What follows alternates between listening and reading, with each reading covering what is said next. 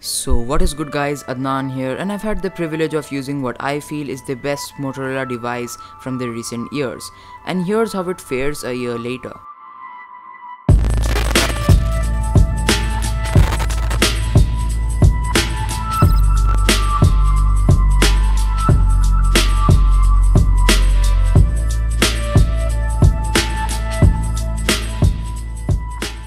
With the G4 Plus, what you see is pretty much what you get. A full plastic body with an alloy covering 4 sides of it, with a beautiful 1080p panel, merely protected with Corning's Gorilla Glass 3.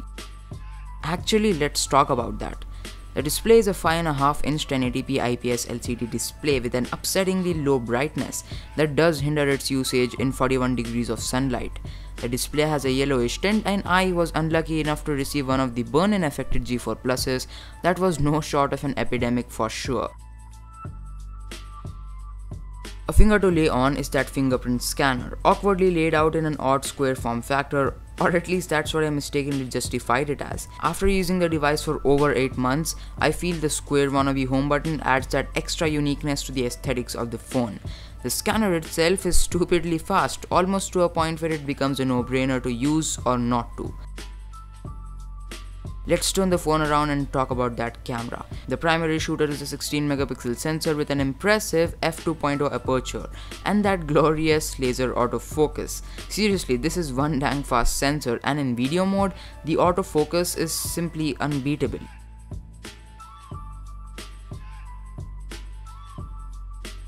The picture quality itself is pretty amazing. I'm not going to waste any more time with it, but I might as well mention that the low lighting capabilities of the camera are pretty bad.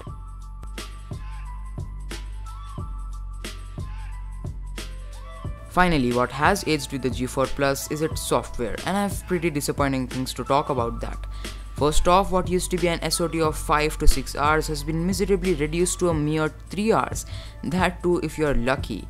The transition between Marshmallow to Nougat hasn't been amazing since the phone does drop a few frames here and there, and I don't know, it's just not the same level of smoothness as other devices anymore. The phone has been stuck at Android 7.0 Nougat with a March security patch level. Come on Moto. Oh yeah, that reminds me, all the hype around the entire Hello Moto gestures is still underrated. The double chop to toggle the flashlight, the double flick to launch the camera, and the precisely pleasant ambient display sensor all contribute in providing a unique sellout feature to the G4 Plus and its entire lineup. Concluding, I'd like to add up that the G4 Plus did its best to stand out from the wide range of budget options which were available last year. However, it does miss out on the entire point of this video. The G4 Plus is not worth a year later, especially now that its mere successor, the G5 Plus, is already out.